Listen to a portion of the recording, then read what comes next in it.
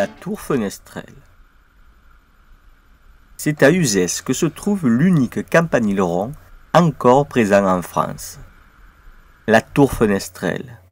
Tel est son nom vernaculaire.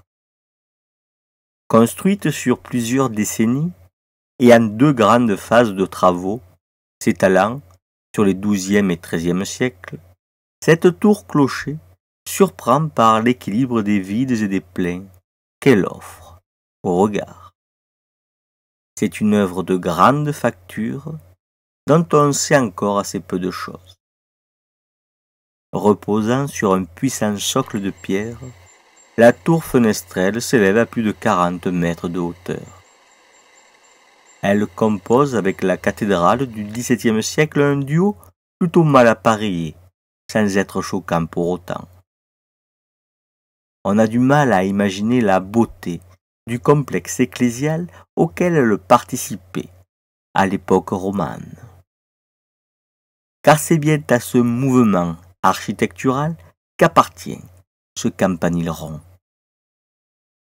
Plus précisément, la grammaire de son décor, l'harmonie de cet étagement qui voit se réduire la taille des niveaux au fur et à mesure de son élévation, la grande légèreté dont elle nous donne la sensation, tout cela rend compte de la grande maîtrise des artisans et des concepteurs de la tour fenestrelle. C'est donc au deuxième âge roman qu'il faut rattacher cet édifice. Du point de vue de son rôle dans le concert des monuments de pouvoir ornant la ville, le campanile rond est une manifestation de la puissance de l'évêque en ces XIIe et XIIIe siècles. Co-seigneur de la ville avec la famille noble des Uzès, l'évêque verra son pouvoir considérablement renforcé après la croisade des Albigeois qui brisera le Languedoc, passé alors sous la domination des rois de France. L'appellation locale qui qualifie le campanile de tour surligne le rôle ostentatoire de ce clocher.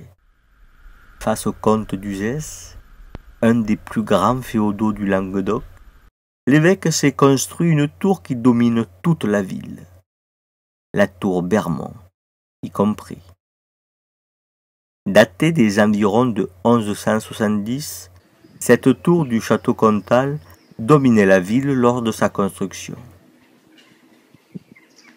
C'était l'édifice le plus haut, qui rappelait à tous qu'ils étaient sous la domination et la protection du comte d'Uzès.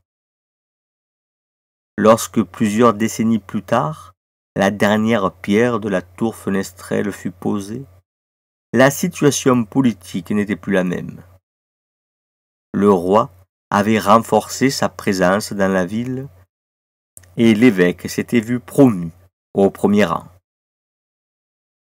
La tour fenestrelle était donc à la fois une tour féodale qui marquait la puissance de son propriétaire, mais elle était aussi un clocher, une œuvre réalisée pour Dieu, pour faire vivre le peuple d'Uzès au rythme des heures canoniales, et c'est dans cette inspiration que les bâtisseurs ont puisé ce qui a fait d'elle cette œuvre d'art sans pareil.